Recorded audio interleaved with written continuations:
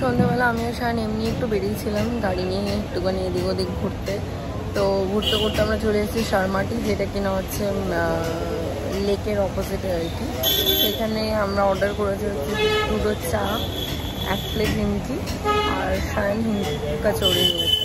তো ওটাইও পেমেন্ট করছে, পেমেন্ট করার পর তারপরে আমরা বাইরেই বসলাম, কারণ ভিতরে এসিতে তো বসাই যায়, বাট বাইরে বসলে ভালো লাগে একটুখানি, যে বাইরে বসে খাচ্ছি, একটা খাওয়া দাওয়া টাইপ ফিল আসে। তো সেই জন্য বাইরে বসেই খাবো। যখন পেমেন্টটা করে আসি তারপর দিয়ে গেলে একসাথে 2 মিলে গল্প করতে করতে চা নিমকি এনজয় করবো।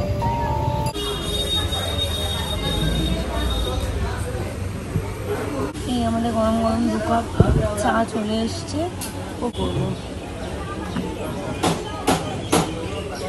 এই যে বাকি জিনিস নিয়েও চলে এসছে, এখানে আমাদের নিমকিটাও চলে এসছে, চা তো আগেই এসছে। নিমকির সাথে আবার মির্চি আচার, কি বলে আচার মির্চি কিছু একটা হবে। আর এটা হিংকাচড়ি, তো তো ইয়ে পছন্দ না, ওই যে ওইটা কি জানা বলে ওটাকে, আরেকটা পাওয়া যায় যেটা রাধা বল্লভী। ও ঠিক আছে, তুই আজকে এটা নিলি, তুই ভাবি তাই সব সময় আমি ভিডিও করি, তুই খেতে স্টার্ট করিস। সিংকার সোনদার বাড়িতে রনিদাও বলেছে যে কি দিয়েছে এত এলাচ, ওদের চাটা বানানোই থাকে, দেখছিস না এখানে অলরেডি এরা চা বানিয়ে। বাট কি পরিষ্কার থাকে, আমার দেখলাম কন্টিনিউ ক্লিন করতে, আমার খুব ভালো লাগলো। ওখান থেকে তো সোজা বাড়িতে এসেছি, একবার ফ্ল্যাটে গেছিলাম, গাড়িটা থেকে স্কুটি নিয়ে এলাম। তো আজকে মা খিচুড়ি বানিয়েছে, এই যে একটু আগে জাস্ট বানালো, তো খিচুড়ি দিয়েছে অল্প একটু, আর হচ্ছে 2 পাঁপড় ভাজা। খাই না এখন আর সেরকম কিছু সন্ধ্যাবেলা আমি, বাট আজকে মা যখন খিচুড়ি বানিয়েছে বললো অল্প একটু খাওয়ার কথা না, ঠিক আছে দাও। তো সাথে আমি পাঁপড় ভাজা দিয়ে এখন এই খিচুড়িটা এনজয় করবো। বেরিয়ে গেলাম বাড়ি দিয়ে, শায়নকে ফোন করেছিলাম, ও বললো অলরেডি ও কাছাকাছি চলে এসছে, তাই আমি বেরিয়ে গেলাম। তো যাই হোক, চলো ফ্ল্যাটে যাই। শায়নের তো আজকে শায়নের জন্য লাউ চিংড়ি বানিয়েছিলাম, তো লাউ চিংড়িটা বেশ ভালো হয়েছে, ওটা রয়েছে, প্লাস ইলিশ মাছ রয়েছে, ওটা দিয়েও ডিনার করবে। এই যে বলতে বলতে এসেও গেছে। কালকে রাতে আর ব্লগটা কন্টিনিউ করা হয়নি, আজকে পরের দিন next day evening, Friday evening. কালকে তো আমি শায়ন একসাথে বাড়ি এলাম, তারপর রাতে শায়ন কয়েকটা মেডিসিন আনতে একটু বেরিয়েছিল, একটু লেট নাইট, কটা হবে 12টার দিকে। অ্যাকচুয়ালি হেডেক হচ্ছিল ওর প্রচণ্ড, তো সেই পারপাসে আর কি মেডিসিন আনতে বেরিয়েছিল। অ্যান্ড যেটা হয় সেটা হচ্ছে শায়নের রাস্তায় একটা অ্যাক্সিডেন্ট হয় বাইকের, মানে উল্টো দিক থেকে একটা বাইক এসে ওর পায়ে মানে মারে আর কি। অ্যান্ড তার স্বরূপ যেটা হয় সেটা হচ্ছে ওর পায়ে পুরো মানে খুবলে মাংস অনেকটা উঠে গিয়ে মানে সাংঘাতিক অবস্থা আর কি।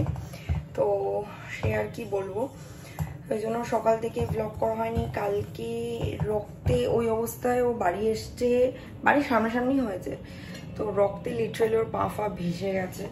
তো যাই হোক, তারপরে বাড়ি আসার পরে আমি সে তো রক্ত থামাতে পারছি না, ফার্স্টে চিনি দিয়ে হাঁটানা, চিনি দিয়ে হচ্ছে না। তারপর আমি ওকে বললাম যে মাটিতে তুই শো, আমি পাটা উপরে করে ধরলাম, ধরে তারপরে ওর কোনো মতে একটু ব্লিডিং কমালাম, কমিয়ে ওখানে টি ব্যাগ দিয়ে আমি ভালো করে ড্রেসিং করে দিলাম।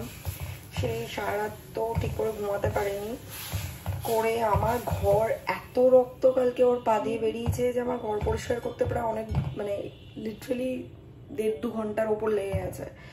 মানে সারা ঘরে এত রক্ত চলে যায়, মানে পরিষ্কার করতে পারছি না। তো তারপরে এইগুলো করে টোরে শুলাম। তখন কটা বাজে, কালকে ভোরবেলা 4টের সময়, মানে আজকে ভোরবেলা 4টের সময় ঘুমাই। ঘুম থেকে উঠলাম, উঠে ওকে আবার ড্রেসিং করে দিলাম, কিন্তু এবার ড্রেসিংয়ের গজ কাপড় আমার কাছে কম ছিল, তো আবার আমি সকালবেলা মেডিকেল স্টোরে গেলাম, সব কিছু আরও যা ওর মানে ওষুধ ফষুধ লাগবে সেগুলো নিয়ে এলাম। দুপুরবেলা ডক্টর এসেছিলো, ওকে টিটেনাস দিয়ে গেছে। ও লিটারালি পা মাটিতে ফেলতে পারছে না, রাইট পায়ের পাতায় হয়েছে। ওই বাইকে মানে যেই ছেলেটা এসে বাইকটা মেরেছে তার ওই পায়ের যে ব্রেক হয় ওইটা এসে পায়ে লেগেছে। তো ও পা ফেলতেই পারছে না, পা ফেললেই ব্লিডিং স্টার্ট হয়ে যাচ্ছে। তো এই হচ্ছে আজকে সকাল থেকে মানে কাল রাত থেকে আপডেট। তো এখন একটু কিছু খাবে বলে আমি একটুখানি সুজি করে দিচ্ছি, কারণ টক জাতীয় তো কিছু খেতে পারবে না। তো যাই হোক, আমি এখানে এখন সুজি বানাচ্ছি, কিছুক্ষণ পরে ব্লগ করছি, দেখতে থাকো, সঙ্গে থাকো। এই যে অল্প করে ওর জন্য সুজি বানাচ্ছি, এখানে বাদামও ভেজে রেখেছি। আর চলো সুজিটা ঝটপট বানিয়ে নিই, বানিয়ে ওকে একটু খেতে দিই। সন্ধে অনেকটাই বেলা হয়েছে, এখন ওই 7-8 বাজে। সুজি টুজি করে দিয়ে ওকে খাইয়ে আমি একটু বেরিয়েছিলাম কয়েকটা ওষুধ আনতে সায়নের, তো সেগুলো নিয়ে এলাম। এসে আমি এখন সায়নের জন্য একটুখানি খিচুড়ি বসিয়েছি। এখানে গোবিন্দভোগ চাল আর মুসুরির ডাল, আর এখানে আমি ফোড়নের পেঁয়াজ, রসুন, শুকনো লঙ্কা, সাদা জিরে এগুলো দিয়ে এটা করছি।